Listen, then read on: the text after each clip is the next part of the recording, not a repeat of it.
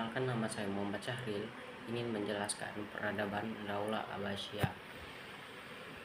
Perkembangan kebudayaan atau peradaban Islam pada masa Daulah Abbasiyah, kekuasaan jabatan, pangkat, dan kedudukan yang sudah mencapai puncak kejayaan atau keemasan yang membanggakan, tidak akan luput dari fitnah, kaliman, dan sebagainya.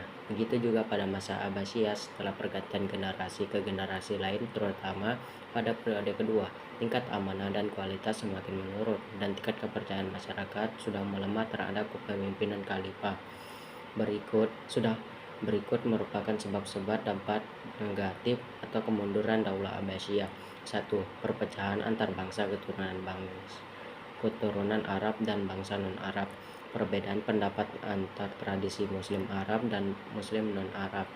Sikap kebencian dan keirian kaum Zimmi terhadap kemajuan Islam secara signifikan. Keturunan khalifah yang merasa berhak untuk melanjutkan khalifahan, sedangkan rezim baru tidak peduli dengan sistem keturunan. Munculnya beragam aliran keagamaan seperti Syiah, Karamitah, Islamiyah, dan sebagainya yang melahirkan ideologi baru. Kehidupan kedudukan akibat kemajuan di segala bidang melahirkan sikap kemewahan dan konsumtif di lingkungan keluarga khalifah. Kepemimpinan pada periode atau fase kedua dan selanjutnya tidak cakap sebagaimana kepemimpinan generasi sebelumnya. Adanya perang yang berlangsung sampai 2 abad sehingga cukup melelahkan kekuatan militer Islam. Berdirinya Daulah Abbasiyah. Menurut pendapat Philip Kahiti atau yang dikutip oleh Iqbal dalam peranan dinasti Abbasiyah terhadap peradaban dunia, Jurnal Studi Agama dan Masyarakat 10 Mei 11 nomor 2 Desember 2015 halaman 270, sejarah berdirinya dinasti Abbasiyah tentu tidak terlepas dari sejarah kemunduran dinasti Umayyah. Sejarah kemunduran dinasti Umayyah berawal dari buruknya akhlak para pemimpinan dinasti Bani Umayyah, 4 pengganti khalifah setelah Muawiyah dan Abd Malik, kecuali Marwan yang menjadi khalifah terakhir, terbukti tidak cakap atau bisa dikatakan tidak bermoral. Bahkan para khalifah sebelum Hisham pun, yang dimulai oleh Yazid I, lebih suka berburu, pesta minum, tenggelam dalam alunan musik dan puisi ketimbang membaca Al-Quran atau mengurus persoalan negara berfoya-foya dalam kemewahan. Oleh karena meningkatnya kekayaan dan melimpahnya budak menjadi fenomena umum. Bahkan keluarga khalifah Todai lagi berdarah Arab murni. Yazid III 744 Masehi adalah khalifah pertama yang lahir dari seorang budak. Perilaku buruk kelas penguasa hanyalah gambaran kecil dari keburukan moral yang bersifat umum. Nama Abbasiyah berasal dari nama Abbas bin Abdul Muthalib, salah satu keturunan Bani Hashim dan paman Nabi Muhammad SAW.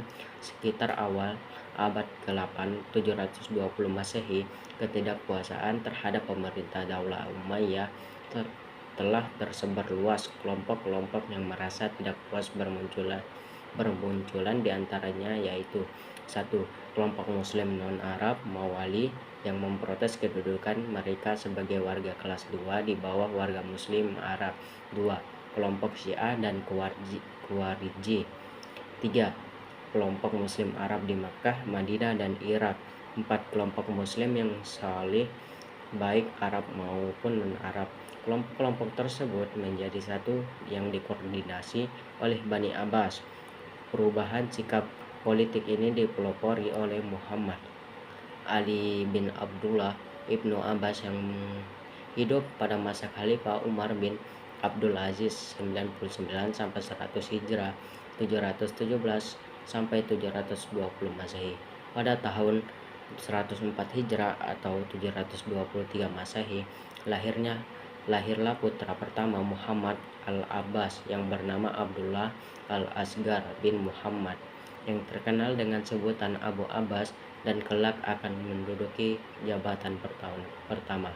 Daulah Abbasiyah mencapai puncak kejayaan pada masa pemerintah Khalifah Harun ar-Rasyid 786 sampai 809 Masehi. dan anaknya Al-Mamun 814 sampai 833 Masehi.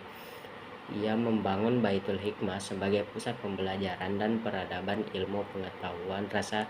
Terdapat perpustakaan, lembaga penerjemahan dan penelitian, lembaga-lembaga pendidikan seperti kutab, madrasah, perguruan tinggi seperti Universitas Uzamiyah, Universitas Naisabur, dan lain sebagainya didirikan oleh fasilitas pendidikan bagi masyarakat, ulas ulama, pelajar, dan para pencinta ilmu pengetahuan lainnya. Pemerintah Baitul fasilitasi kaum akademik dengan upah dan tempat tinggal di sekitar wilayah Baitul Hikmah. Lembaga-lembaga ilmu pengetahuan yang serupa baik dengan Baitul Hikmah juga didirikan mampir di sama kota-kota kekuasaan daulah. Fase kedua tahun 232 sampai 334 Hijrah atau 847 sampai 946 Masehi. Fase kedua ini dikenal dengan pengaruh Turki pertama dikarenakan kepemimpinan Khalifah ke-10 Al-Mutawakkil 232 sampai 247 Hijrah atau 847 sampai 861 Masehi, ditandai dengan pengaruh bangsa Turki. Setelah pengaruh Persia menjadi lemah akibat persaingan politik, banyak pembesaran istana yang berasal dari bangsa Turki, terutama yang bekerja sebagai pengawal istana dan pengawal khalifah. Kekuatan militer Abbasiyah pun dikuasai oleh penjabat kekhalifahan yang berasal dari bangsa Turki. Pada masa ini, khalifah hanyalah menjadi simbol di istana Baghdad.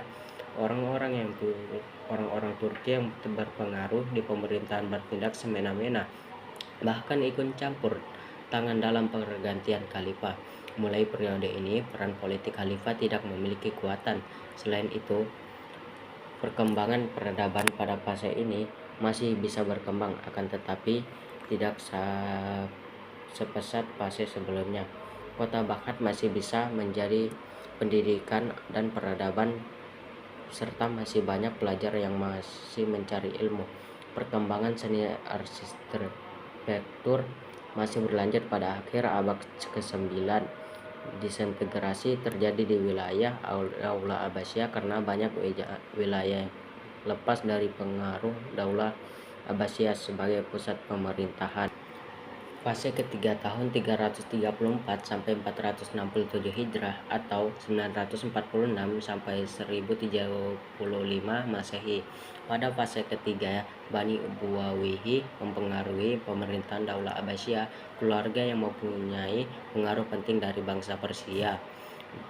Bani Buwawihi adalah keluarga dari bangsa Persia yang bergolongan Syiah dan memegang peranan penting selama hampir satu abad 945 sampai 1055 Masehi. Posisi penting mereka antara lain Ali bin Buwawihi yang berkuasa di Isfahan, Hasan bin Buwawihi yang berkuasa di Rai dan Jabal, serta Ahmad dan Buwawihi yang berkuasa di Alwas dan Kuistan. Sekian dari saya. Jika ada salah kata, lebih baik dimaafkan. Assalamualaikum warahmatullahi wabarakatuh.